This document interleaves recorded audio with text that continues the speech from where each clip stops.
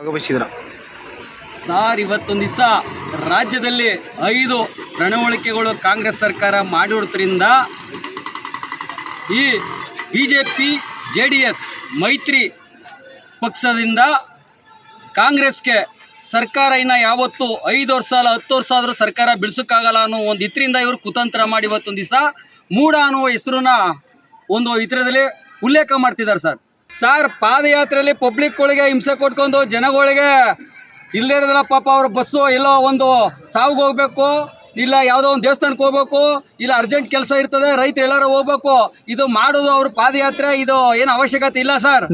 ಅಷ್ಟೇನಿಲ್ಲ sir. ಅವರು ಅಂತ ಹೇಳಿದ್ರೆ ಮುಂದೆ ಒಂದು ಇತ್ತಕೊಂಡು ಬೇರೆ ಕಡೆ ರೋಡ್ ಬಿಟ್ಟು ರೋಡಿಂದ ಅವರು ಅವಾಯ್ಡ್ ಮಾಡಿ ಇವ್ರಿಗೆ ಅವ್ರ ಜನಗಳಿಗೆ ಪಬ್ಲಿಕ್ಗೆ ಅನುಕೂಲ ಮಾಡಿಕೊಟ್ಟು ಇವರು ಪಾದಯಾತ್ರೆ ಮಾಡಿದ್ರು ಸರ್. ಇವ್ರ ಥರ ಹಿಂಸೆ ಮಾಡುವಂತೆ ಪಾದಯಾತ್ರೆ ಯಾರು ಮಾಡಿಲ್ಲ ಸರ್. ವಾಲ್ಮೀಕಿ ಹಗರಣದ ಬಗ್ಗೆ ಹೇಳಿದವ್ರು ಏನು ಹೇಳ್ತೀರಾ ಸರ್? ಅವೆಲ್ಲ ಇನ್ನೂ ಸರ್ ಏನು ಸಾಬೀತಾಗಿಲ್ಲ ಸರ್. ಇವರು ಸರ್ಕಾರನ ಬಿಡಿಸ್ಬೇಕು ಅನ್ನೋ ಕುತಂತ್ರದಿಂದ ಮಾಡ್ತಾವ್ರು ಸರ್. ವಾಲ್ಮೀಕಿ ಹಗರಣ ನಡೆದಿಲ್ವಾ ಸರ್? ಇನ್ನೂ ಅದು ಸರ್ ವಿಚಾರ ಇನ್ನ ಅದು ಪ್ರಕ್ಷೇಪ ಆಗಿಲ್ಲ ಸರ್.